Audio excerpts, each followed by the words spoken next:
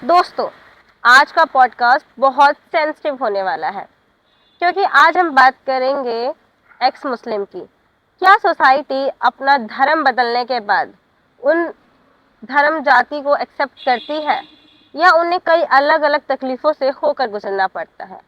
कई बार उन्हें पूरी ज़िंदगी इन बातों को सहना पड़ता है कि वो मुस्लिम थे, ईसाई थे, उन्होंने धर्म परिवर्तन किया। कई बार तो उनकी खुद की फैमिली भी साथ नहीं देती। तो आज इसी पॉडकास्ट में हमारे साथ जुड़ चुके हैं एक्स मुस्लिम इमरोज आलम, जिनको आपने कई बार सोशल मीडिया पर देखा होगा धर्म का सपोर्ट करते हुए, सनातन धर्म का सपोर्ट करते हुए। तो बहुत बहुत स्वागत है सर आपका हमारे चैनल में। बहुत बहुत शुक्रिया। सबसे पहले तो आप क्या कहना चाहेंगे जनता को? देखिए, जनता को क्या कहना चाहेंगे? हम्म। जनता से तो हम वही कहते हैं जो इस्लाम हमें कहने नहीं देता। क्या? इस्लाम अपनी मर्जी से किसी को जीने का अधिकार नहीं देता। इस्लाम में आने के चारों तरफ से दरवाजे हैं, अनेक रास्ते हैं। जिस रास्ते से चाहो आ जाओ। फिर अंदर आते ही फिर दरवाज़ा बंद हो जाता है। फिर इस्लाम को आप नहीं छोड़ सकते, क्योंकि इस्लाम को छोड़ने की सज़ा भी मौत है। मल्टीपल हदीसें इसकी। इस्लाम एक्स मुस्लिम को अरबी में कहते हैं मुर्तद। मुर्तद की एक ही सज़ा सरतन से जुदा। यानी इस्लाम में आओगे तो नीचे से कटोगे, जाओगे तो ऊपर से कटोगे। हर हाल में कटना है। इस मज़हब की शुरुआत ही खून से हो रही है, तो वो मोहब्बत का मज़हब कैसा हो सकता है? और चलिए, मान लिया कि ये तो फेकम फाकी बात हो सकती है। जो मुस्लिम ममालिक हैं, देश हैं मुस्लिम, उसमें शिया सुन्नी, सुन्नी शिया को, और वो उसको आपस में मार काट रहे हैं। देवबंदी बरेलवी को, बरेलवी देवबंदी को। फॉर एग्जाम्पल पाकिस्तान, वो भी पूर्व भारत है, भारत के लोग हैं। बांग्लादेश में ये हालत है। अफगानिस्तान से तो सबको ख़त्म ही कर दिया। गैर मुस्लिमों को ख़त्म कर दिया, और सारे का सारा फ़िरका देवबंदी है। और देवबंदी जो फ़िरका है, पाकिस्तानी भी देवबंदी मानते, बांग्लादेशी भी देवबंदी मानते। जो सबसे बड़ा जिहादी फ़िरका है, और उसका मेन मरकज़, उसका जो केंद्र है, वो हमारे भारत में है, दारुल उलूम देवबंद। तो आपको अपना धर्म छोड़कर हमारे धर्म सनातन धर्म में देखिए, बेनिफिट भी मैं दिखते बात हैं? किसी का पक्षधर नहीं हूँ। जहाँ मुझे सच्चाई दिखाई देती है, सनातन में नेचर बहुत है। प्रकृति जितनी भी है, मतलब एक नास्तिक इंसान भी प्रकृति कुदरत प्रेमी है। ये फूल पत्ती, हवा, खुशबू है, ये जमीन आसमान, चांद सितारे, सूरज, क्या है कि प्राकृतिक है, नेचर है। तो नेचर की भी पूजा है इसमें। तो सनातन में जितना नेचर है ना, और कहीं इतना नेचर नहीं है। आप नास्तिक होकर भी सनातनी रहेंगे। इसलिए सनातन में नास्तिक हो सकता है, नास्तिक हिंदू, लेकिन नास्तिक मुस्लिम नहीं हो सकता, नास्तिक क्रिश्चियन नहीं हो सकता, नास्तिक यहूदी नहीं हो सकता। इसकी सनातन की यही खूबसूरती है।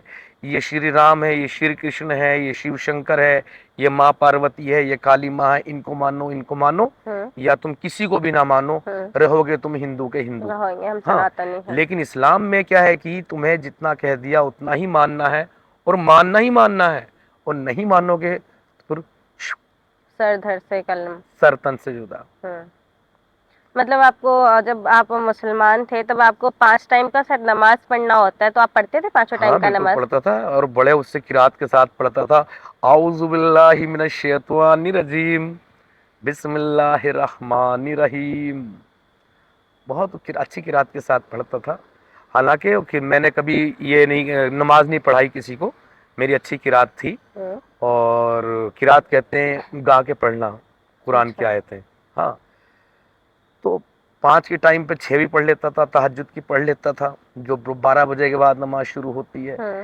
कि उसमें है कि अल्लाह पहले आसमान पे आ जाता है और कहता है, मेरा कोई बंदा जो मुझसे मांगे, कोई बीमार है तो मैं उसे शिफा दूं, कोई गरीब है तो मैं उसकी तंग दस्ती, उसकी गरीबी दूर करूं। है कोई मुझसे मांगने वाला, पहले आसमान पे आ जाता है। अब मैं सोचता हूँ, मैंने यार पहले जब यहाँ रात के 2 बज रहे हैं भारत में, अल्लाह पहले आसमान पे है, और अमेरिका में दोपहर के 2 बज रहे हैं। उनका अल्लाह और हमारा अल्लाह अलग अलग अल्लाह है क्या ये? हमारे सनातन धर्म में तो कहते हैं रात के 2 बजे भूत चुड़ैल भटकती हैं। लेकिन इनका अल्लाह आ जाता है। इनका अब क्या कह सकते हैं, क्या पता वही हो भूत चुड़ैल। तुम ऐसा मत क्यों। सरतन से जुदा के लिए पीछे पड़ जाएंगे। नहीं नहीं, हमारे लिए तो है। खैर भैया, आप कई बार मैंने आपको देखा, आप ओपनली डिबेट करते हैं, आपको डर नहीं लगता? डर डर के बहुत जी लिए, और कितना डर है। कभी भी कहीं से गोली किसी भी दिशा से आ सकती है, कभी भी मारे जा सकते हैं। लेकिन मरना तो एक बार है यार, कितना भी बच लोगे, मौत का जायका तो सभी को चखना है। अच्छा, आप जीती किसके लिए हैं अपने पता? धर्म के लिए। मरने के लिए। अच्छा, मरने के लिए। एक दिन सबको मरना है, बीच के तो सारी इंटरटेनमेंट है, सारी चीजें हैं, ये कर्म करना, वो कर्म करना, वगैरह वगैरह, समझे? जीते मरने के लिए है। तो जाहिर सी बात है, मुझे मारने वाले को भी एक दिन मरना है। तो फिर मरने से डरना कैसा? कभी हम बच्चे मरे पैदा होते, कभी पैदा होते मर जाते हैं, कभी 100 साल के बाद मर जाते हैं। इसलिए जितना जिएंगे और ज्यादा पाप ही करेंगे। इसलिए मैं तो चाहता हूँ आओ मारो। लेकिन हाँ, एक चीज है, एक क्लास क्या है इनका, ये अभी चिल्लाएंगे संविधान, वो सॉरी, कुरान कुरान कुरान। जैसे पकड़े जाएंगे, मुझे मार के अगर पकड़े जाए, तो फिर लेके आएंगे संविधान। मतलब ऐसे पलटी खाते हैं, ऐसे पलटी खाते, पूछो ना। जैसे सलीम वास्तिक पे हमला किया था, उन्होंने क्या सोचा था, कन्हैया लाल दर्जी के वो बाहर फिर रहे, हम भी बाहर आ जाएंगे। हाँ, लेकिन वहाँ यहाँ पर योगी बाबा बैठे हैं। योगी बाबा के यहाँ जो है ना, कहते हैं अल्लाह की लाठी में आवाज नहीं, कहते हैं, तो योगी जी की लाठी में भी आवाज नहीं है। कई बार ऐसा होता है कि आपकी फैमिली, आपके फ्रेंड्स आपसे रिश्ता तोड़ देते हैं कि आप तो धर्म आपने परिवर्तन कर लिया, तो अभी भी आपकी फैमिली सपोर्ट में है कि उन्होंने आपको छोड़ दिया? नहीं, फैमिली तो मेरी देखते ही मुझे गोली मार देगी। एकदम मरना जीना सब खत्म। जैसे कहते हैं ना कि अल्लाह का ना माँ है, ना बाप है, ना भाई है, ना बहन है, ना उससे किसी ने पैदा किया, ना उसने किसी को पैदा किया। अल्लाह एक ऐसा बेनियाज है। तो अब मेरी ना माँ है, ना बाप है, ना भाई है, ना बहन है, कोई नहीं है, तो ऐसा लगता है मैं भी अल्लाह बन गया हूँ। क्या आप करूं? अपने आप को भगवान साबित कर रहे हैं। नहीं, भगवान ही, भगवान अलग चीज है। अल्लाह, अल्लाह अल्लाह सिर्फ मुसलमानों का अल्लाह है, भगवान सबका है। भगवान नफरत नहीं सिखाता, अल्लाह सिर्फ और सिर्फ मुसलमानों का है। भैया एक बात बताइए, आपको जब आपने धर्म परिवर्तन किया था, आपको क्या क्या प्रॉब्लम फेस करनी पड़ी थी? देखिए, धर्म परिवर्तन तो बहुत बाद में किया माही, कि मैं तो शुरू में घर पे अपने इतना कहा था कि देखो जी ऐसा है, मैं आज के बाद इस मजहब को नहीं मानता।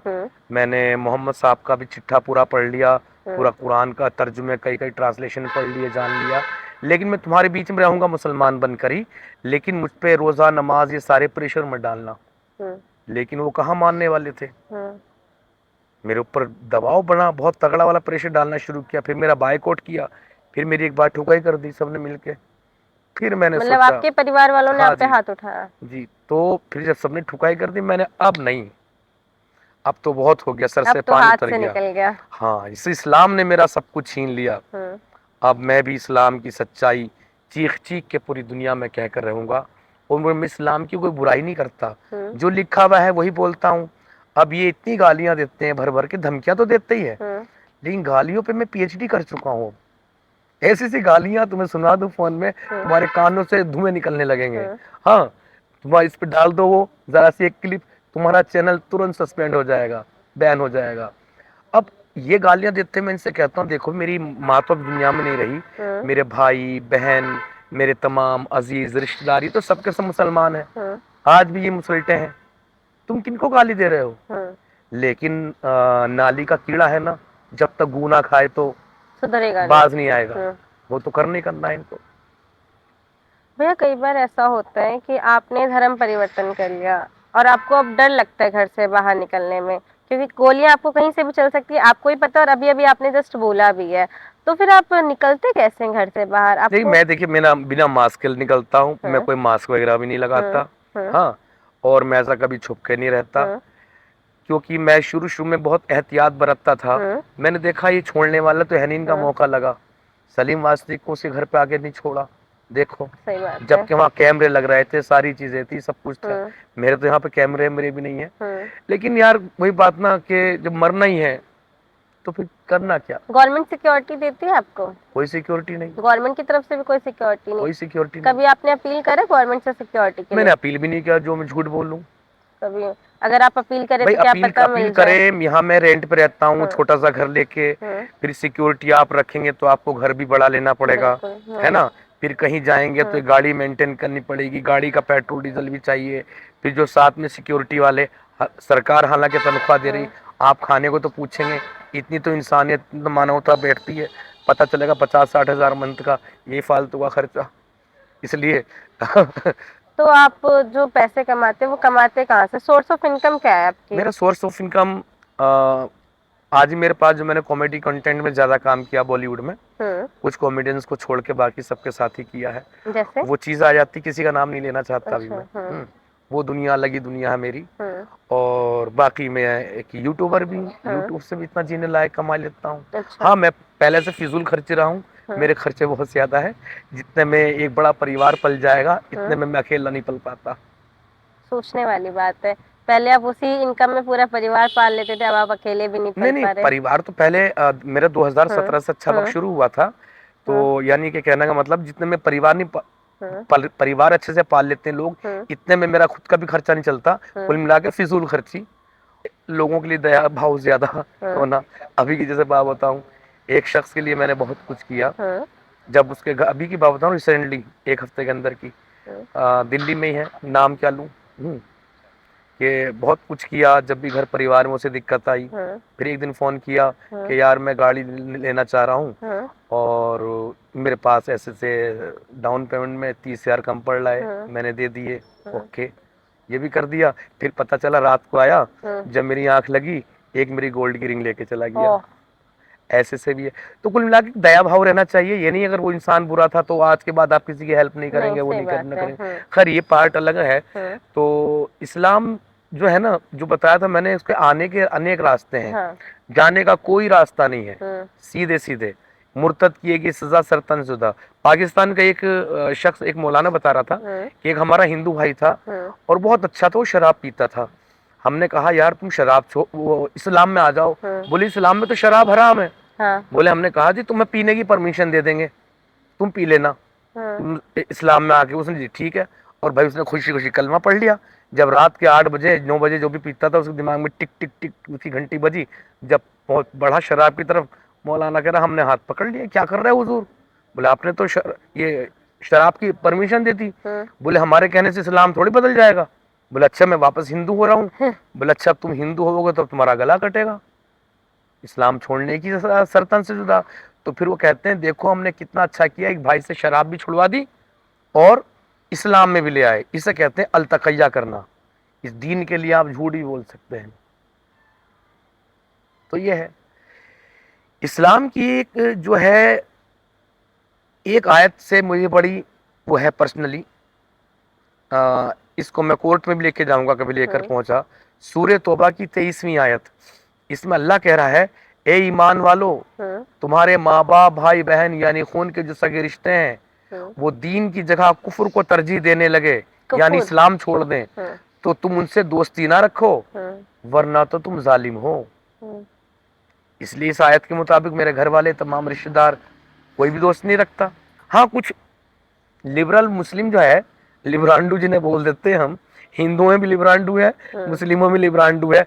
वो मुसलमानों के लिए भी खतरनाक है वो, और ये हिंदुओं के लिए खतरनाक है। लिब्रांडू इधर है या उधर है, खतरनाक ही रहेगा। तो मुझसे बात नहीं, आप तो हमारे भाई हैं। मैं जब ये आयत रखता हूँ, हमारे यहाँ कहते हैं इसको पेंदी का लोटा। अच्छा, तो ना इधर का ना उधर का। हाँ बस ऐसे लुढ़कते फिर रहे। तो अब वो कहते जी हम तो भाई क्या बात कर रहे हैं आपको। मैंने आप मुसलमान है? बोले हाँ। कुरान पे ईमान है? हाँ। मैं जब सामने आयत रखता हूँ, मैंने आप कुरान को झुटला रहे हैं। कुरान तो मुझसे रिश्ता रखने के लिए साफ तौर से मना कर रहा है।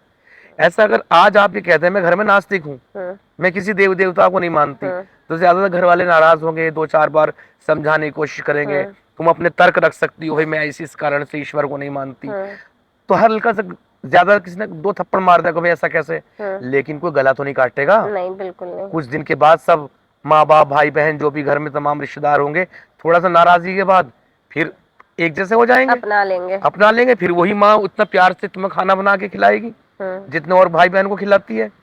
लेकिन इस्लाम में नहीं।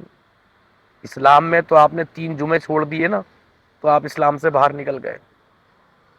तो आपने इस्लाम छोड़ने से पहले 3 जुम्मे छोड़े थे?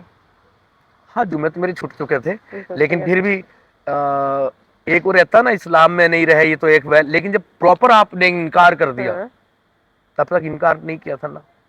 ऐसे बहुत सारे मुसलमान हैं। आपको बताऊं, कम से कम 10 से 15 करोड़ ऐसे एक्स मुस्लिम निकलेंगे जिन्हें पता नहीं हम एक्स मुस्लिम हैं। भारत में बता रहा हूँ, जिन्हें पता नहीं कि हम एक्स मुस्लिम हैं। ये 3 जुम्मे छोड़ दिए, ये इस्लाम में नहीं रहे। शराब पी रहे हैं आप, इस्लाम में नहीं रहे। ऐसी बहुत सारी चीजें जो इस्लाम में नहीं रहे।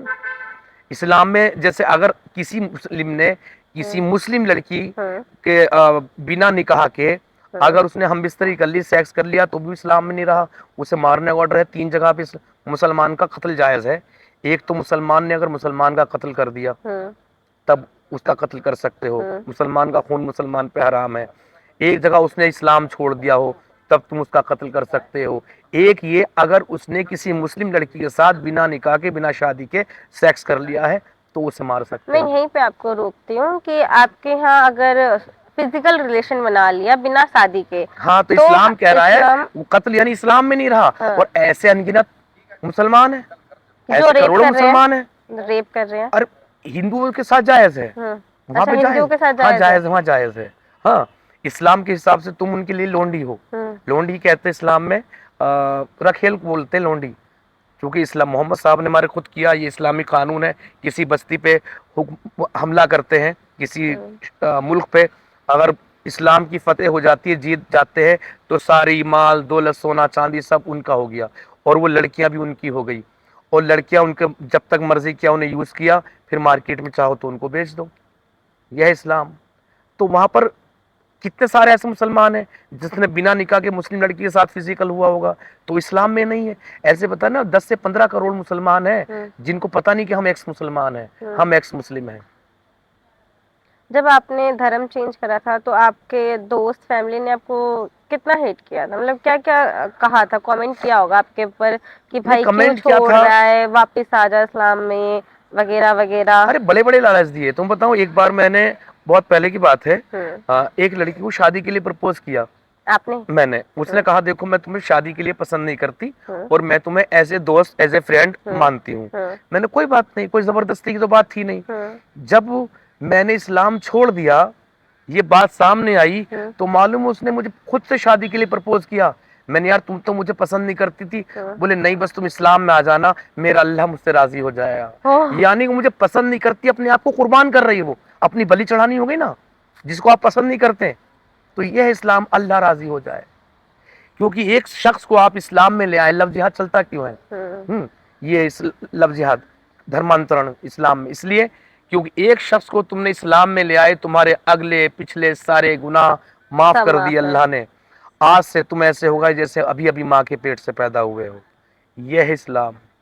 इसलिए हर मुसलमान को ये चस्का लगा हुआ, यार किसी भी तरह से इस लड़की को मुसलमान बना ले, इस लड़के को मुसलमान बना ले, ये भाई साहब बैठे इनको मुसलमान बना ले, ये लगा हुआ है। और क्योंकि अब मोहम्मद के बाद कोई पैगंबर नहीं आना, तो जो धर्मांतरण का, ये कन्वर्जन का काम जो है हर मुसलमान को दिया हुआ है। क्योंकि पूरी दुनिया में एक ही हुकूमत रह सकती है, इस्लामिक राष्ट्र। इस्लाम में मुल्क नहीं चलता, इस्लाम में पूरी दुनिया को अपना बनाना है। मैं कहता हूँ चलो हम बन गए, तुम्हारे हो गए, सब पूरी दुनिया मुसलमान हो गई, फिर क्या? तुम आपस में मार काट रहे हो एक दूसरे को, तुम तो अपने भाइयों के भाई नहीं हो, फिर हमारे भाई कहां से हो जाओगे? जहां इनकी तादाद कम रहती है वहां ये हिंदू मुस्लिम भाई भाई के नारे लगाएंगे। वो वहाँ पे अपनी बहनों से भी शादी कर लेते हैं। हाँ, कजिन, जिन्हें आप बहन बहन कह के बड़े होते हैं, हाँ, अगले सेकंड उनको बीवी कहते हैं। फिर देखो वही चीज, वो एक था ना जोक, अब मम्मी गर्मियों की छुट्टी पड़ गई, मैं भी मामू के जाऊंगा। चुप जाते, अंदर तेरे अब्बू तो बैठे हुए, तो तेरे मामू है।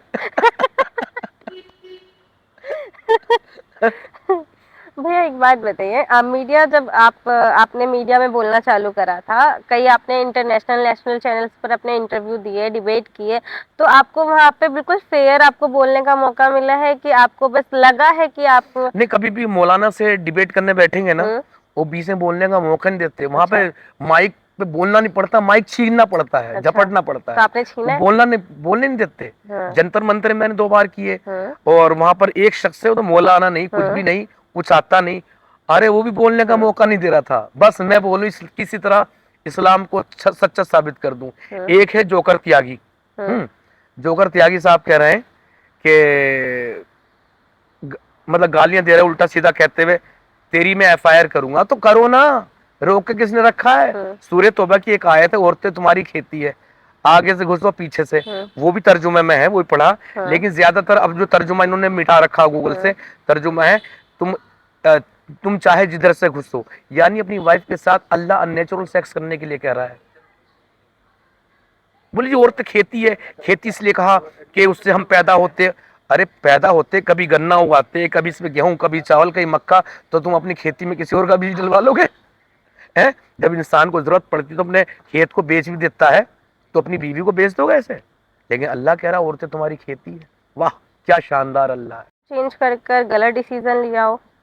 देखिए मैंने पहले कहा था एक चीज, जब मेरा इंटरव्यू लिया था, जब मैंने सनातन स्वीकार किया था, कि लोगों ने पूछा तुमने सनातनी क्यों सुना?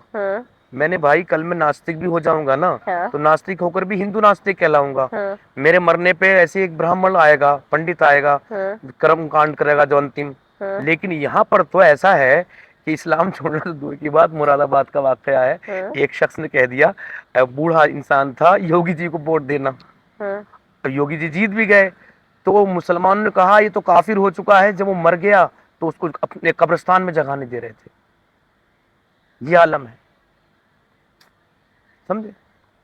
तो यहाँ पर जो कट्टरता है ना, यहाँ पे इस्लाम में कुछ नहीं है। इस्लाम में एक तो अल्लाह का डर और एक सेक्स, इसके सिवा कुछ नहीं है इस्लाम में, कुछ नहीं है भाई। जिन्हें आप बचपन से बहन बहन कह के बड़े होते हैं, उन्हीं से शादी कर लेते हैं। और तो वो चाची और मामी जो है माँ जैसी है ना, अगर चाची को डिवोर्स हो जाए या चाचा मर जाए तो आप चाची से भी शादी कर सकते हैं। बिल्कुल कर सकते हैं। मामा अगर मर जाए और या मामी को डिवोर्स हो जाए तो उनसे भी शादी कर सकते हैं। अगर खाला मर जाए या खाला को डिवोर्स हो जाए, एक लड़की अपने खालू से भी शादी कर सकती है। फूफा, अगर फूफी मर जाए या फूफी को डिवोर्स हो जाए तो एक लड़की अपने फूफा से भी शादी कर सकती है। ये मैं आपको डिवोर्स पे रोकती हूँ, हलाला वाली जो बात है उसमें कितनी सच्चाई है? सच्चाई की रियलिटी है, कुरान के साफ तौर से सूरह अल बकरा की कुरान में लिखा हुआ है, 223 आयत में है, आयत नंबर 223 पढ़ लो। और हलाला केवल इतना ही नहीं है कि उसकी शादी हुई और किसी दूसरे से, अब वो सुबह को डिवोर्स दे देगा फिर उससे शादी हो जाएगी। नो, मोहम्मद साहब ने कहा, सहीह बुखारी की हदीस नंबर 5261, उसमें कहा है कि जब तक तुम उस औरत का मजा अच्छे से चख ना लो तब तक हलाला नहीं होगा। अब मजा चखने में वो 1 साल लगाएगा, 2 साल या 10 साल, फिर तलाक बोल देगा। और जब तलाक बोल देगा तो इस्लाम में तो गुजारा भत्ता भी अलाउ नहीं है बीवी को कुछ।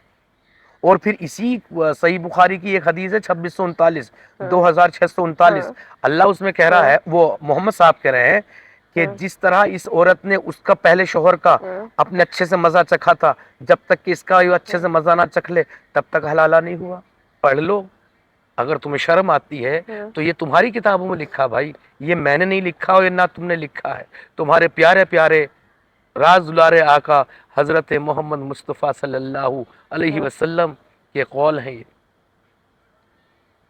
ये है हलाला। आपने अपने मेंटल प्रेशर को कैसे हैंडल किया? अभी हैंडल तो अभी भी नहीं हो पाया, सही मानो तो कई बार, क्योंकि इंसान है भाई हम, जाहिर सी बात है। दिल आपका भी है, दिल आपका भी है, वो जज्बात हमारे पास भी है, क्या कर सकते हैं। आपने अभी तक शादी क्यों नहीं करी? पहले तो मैं शादी करने नहीं चाहता था, सोचता था कि शादी करके भी क्या करना, देश में इतनी जनसंख्या वैसे बढ़ रही है। हाँ, तो लेकिन हाँ, जब से इस्लाम छोड़ा, जब से सब छूट गए, अब मैं सोचता हूँ शादी की जाए। लेकिन जब भी कोई रिश्ता पहुंचता है, कोई पहुंचवाता है, तो कहते भाई लड़की को वक्त से पहले विधवा नहीं करना, और कहीं से जवाब आता है कि पता नहीं गोली किधर से आएगी, हमें अपनी लड़की को मरवाना नहीं है। ये है तो खैर, होती हो ना होती मत हो, मैं ज्यादा टेंशन नहीं लेता।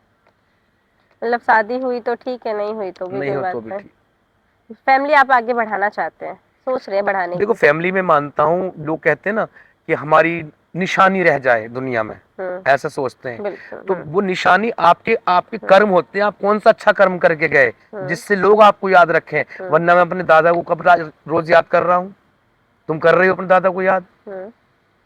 भाई हम अपना 1 महीने पुराना खुद का फोटो भी नहीं देखते, तो अपने उनको याद कैसे करेंगे? तो वो सब कहने की बातें, अपने कुल को आगे बढ़ाना, ये करना वो करना, ये गलत चीजें हैं। अपने काम आगे बढ़ाओ, आपके बाद भी आपको आपके कामों के द्वारा जाना जाए। आपको क्या लगता है कि अपने रिलीजन, अपने धर्म पर सवाल उठाना गलत है? बिल्कुल भी गलत नहीं है। जैसे आप सवाल उठा सकती है कि श्री राम ने प्रेग्नेंट सीता माता को ऐसा क्यों छोड़ दिया था, आप सवाल कर सकती हैं। लेकिन यहाँ पे सवाल करेंगे तो आप काफिर हो गए, आप मुशरिक हो गए, आप मुर्तद हो गए, अब आपका गला कटेगा। यहाँ पे सवाल नहीं कर सकते, यहाँ पे बिल्कुल कुछ नहीं, क्योंकि इस्लाम में शराब और सुअर ही नहीं, अक्ल भी हराम है। तभी तो कहते हैं कि दीन में अक्ल का दखल नहीं। सोचने वाली बात है कि मतलब आप अपने धर्म को, उस धर्म में लिखा हुआ है, पूरे कुरान में लिखा हुआ है सारी चीजें खुल के, फिर भी लड़कियों को अकल नहीं आ रही अभी भी। ये तो मुझे लगता है मोहम्मद साहब की एक हदीस है, औरतों के अंदर आधा दिमाग होता है। अब तो मुझे विश्वास सा होने लगा, सच में औरतों के अंदर आधा दिमाग होता है। ऐसा मत बोलिए, मैं भी औरत ना ना, चूंकि सब कुछ पता है, सब कुछ, फिर भी इतनी बार लफ्जियात का शिकार हो रही है। इस्लाम में महिलाओं के लिए कुछ नहीं है, फिर भी कहती है हमारे इस्लाम तो सबसे अच्छा जी। मर्द के लिए इस्लाम छोड़े ना छोड़े उसकी मर्जी, उसकी तो बादशाहत है। हाँ, लेकिन औरतों का क्या है इस्लाम में? महिलाओं का तो कुछ नहीं है ना। महिलाओं का तो ये है, औरत लफ्ज जो है ये अरबी का लफ्ज है, बताऊं, ये भारत का हिंदी का नहीं है। हिंदी में महिला और स्त्री, औरत के मीनिंग मालूम है आपको? नहीं। वेजाइना औरत का मीनिंग, फिरोजुल लुगात में साफ तौर से लिखा हुआ शर्मगाह। ये दी इस्लाम ने इज्जत औरत को, महिला को, लेकिन हमारी जबान पर हट गया। अब निकाह, निकाह कर तुम्हें लगता विवाह है? नो, फिरोजुल लुगात में लिखा हुआ मुबाशरत, मुबाशरत मतलब सेक्स, इसका निकाह का अर्थ ही है। देख लो, मैं तो नहीं कहता भैया ये बातें मेरी तो है नहीं, मैं हाँ सब लिखी, मैं तो कोई जोक भी नहीं सुना रहा। क्या आपको लगता है कि आपके स्पीच की लिमिट होनी चाहिए कि अनलिमिट आप बोल सकते हैं? क्या चीज? जैसे कि आपने कहीं डिबेट किया, ठीक है, मानिए मेरी बात, आप कहीं डिबेट कर रहे हैं, वहाँ पे आप ओपनली बोल रहे हैं, पर कई बार आपको होता है कि वहाँ पे रोक दिया जाता है कि बस अब इससे ज्यादा मत बोलो तुम। देखिए, मैं अपने प्रोग्राम करता हूँ, मैं अपने प्रोग्राम में तो खुल के बोलता हूँ, कोई मेरी लिमिटेशन नहीं रहती।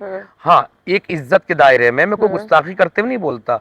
इनके मोहम्मद को मैं मोहम्मद भी नहीं कहता, मैं हमेशा मोहम्मद साहब कह के बात करता हूँ। हाँ, बाकी और जगह जैसे हिंदू मंचों पर मैं जाता हूँ, वो कहते हैं ना बस इतने से आगे मत बोलना, वो डरते हैं बेचारे। मतलब इतनी तादाद में होके वो डरते हैं, ये इतने से हैं फिर भी वो डरते हैं। जिस दिन ये इनके बराबर हो गए, 50% ये हो जाए, अभी तो अजान से आंख खुलती है सुबह को, फिर धमाकों से आंख खुला करेगी सुबह को।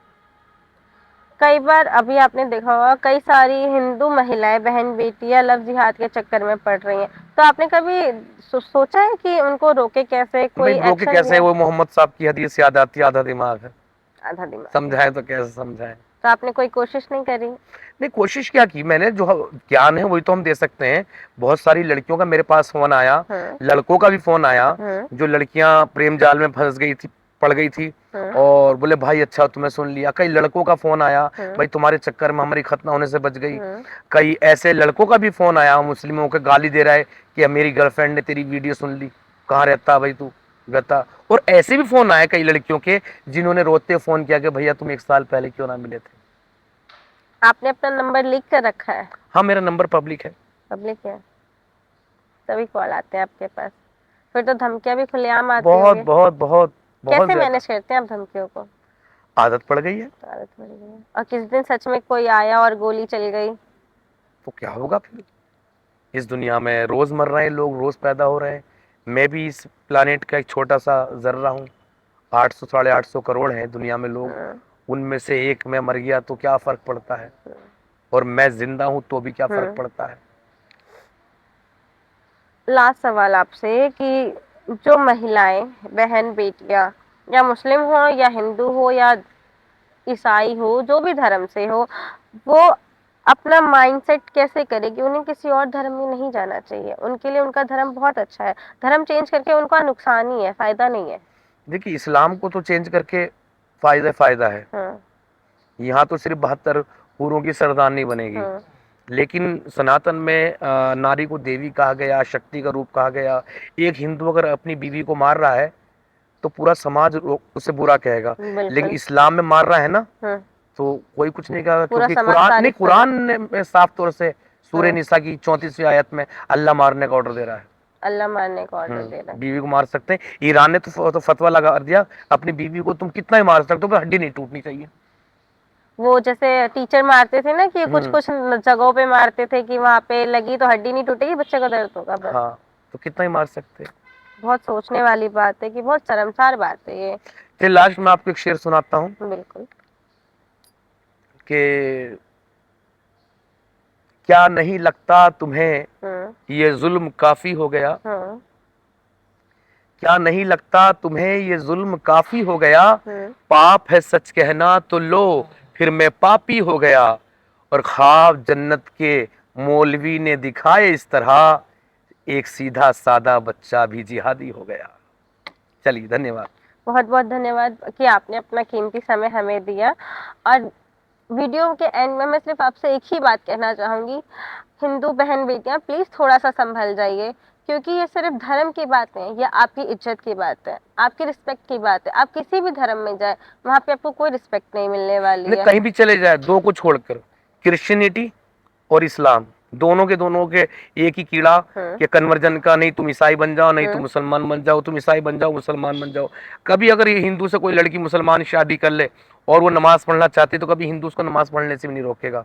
लेकिन यहाँ पे आके वो जीन्स की पैंट नहीं पहन सकती, वो अपने बाल खुले नहीं रख सकती, वो पैरों में बिछुए नहीं पहन सकती, सिंदूर नहीं लगा सकती, मंगलसूत्र नहीं पहन सकती, और तो और बहुत छोटी सी चीज़, वो अपने माथे पे एक बिंदी भी नहीं लगा सकती। अब वो आ चुकी है, एक पिंजरे में कैद हो चुकी है, बुर्का में लिपट चुकी है, मोम जाने में।